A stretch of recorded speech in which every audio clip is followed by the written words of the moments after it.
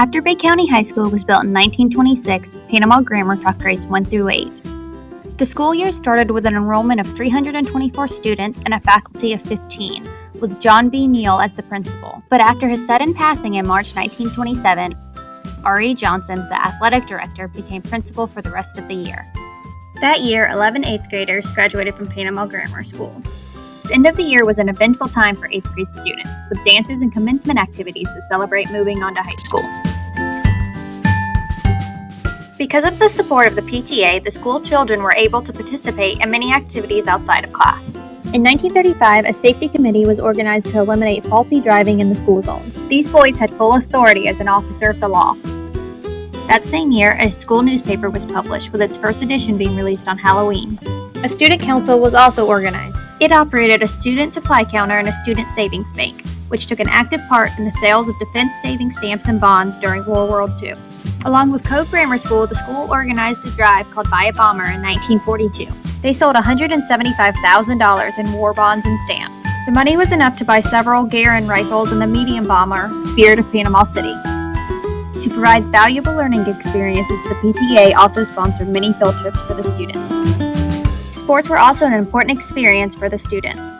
The teams had several mascots over the years, including the Baby Tornadoes, Lions, Wildcats, Giants, Indians, and Hurricanes. Football was a favorite, and in 1939, A. Crawford Mosley organized a very successful team with an excellent physical education program. In 1937, Orrin Whitley started the school band. At first, it was merged with the high school's band, but became separate in 1938. Later, a countywide elementary and junior high band was formed, with LeJeune Hughes Prowse as the director. As enrollment grew, the school had to get creative.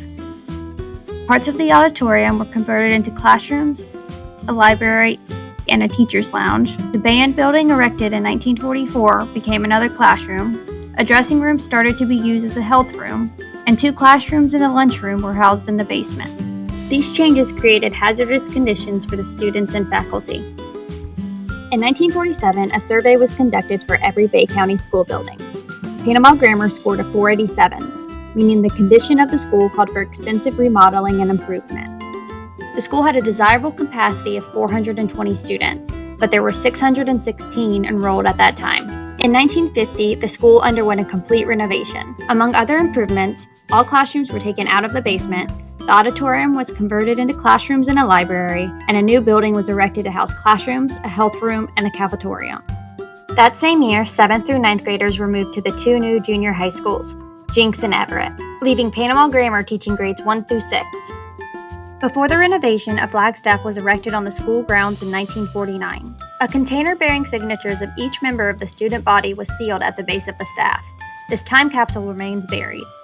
In 1960, the school board decided Panama Grammar would be put up for sale because of decreasing enrollment and maintenance costs. For 5 years, the school continued to operate. With enrollment declining, classrooms started to be used for different purposes, such as an audio-visual room, a music room, and a meeting room for school activities. The last year it was open, the enrollment consisted of around 380 students and a faculty of 23, with Joe Rogers as the principal. In May 1965, the First Presbyterian Church, known then as Wallace Memorial, bought the building for $125,000.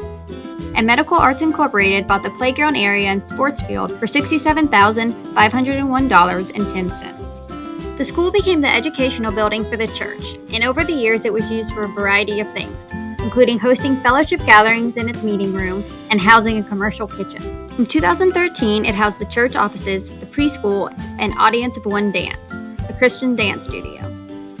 Unfortunately, the building was severely damaged by Hurricane Michael in 2018, and with its limited resources, the church wasn't able to restore it. So they put it up for sale in hopes someone could save the historic building. It was put on Florida's Trust for Historic Preservation's annual 11 to Save in May 2019. And on January 21st, 2020, the building secured a spot on the National Register of Historic Places.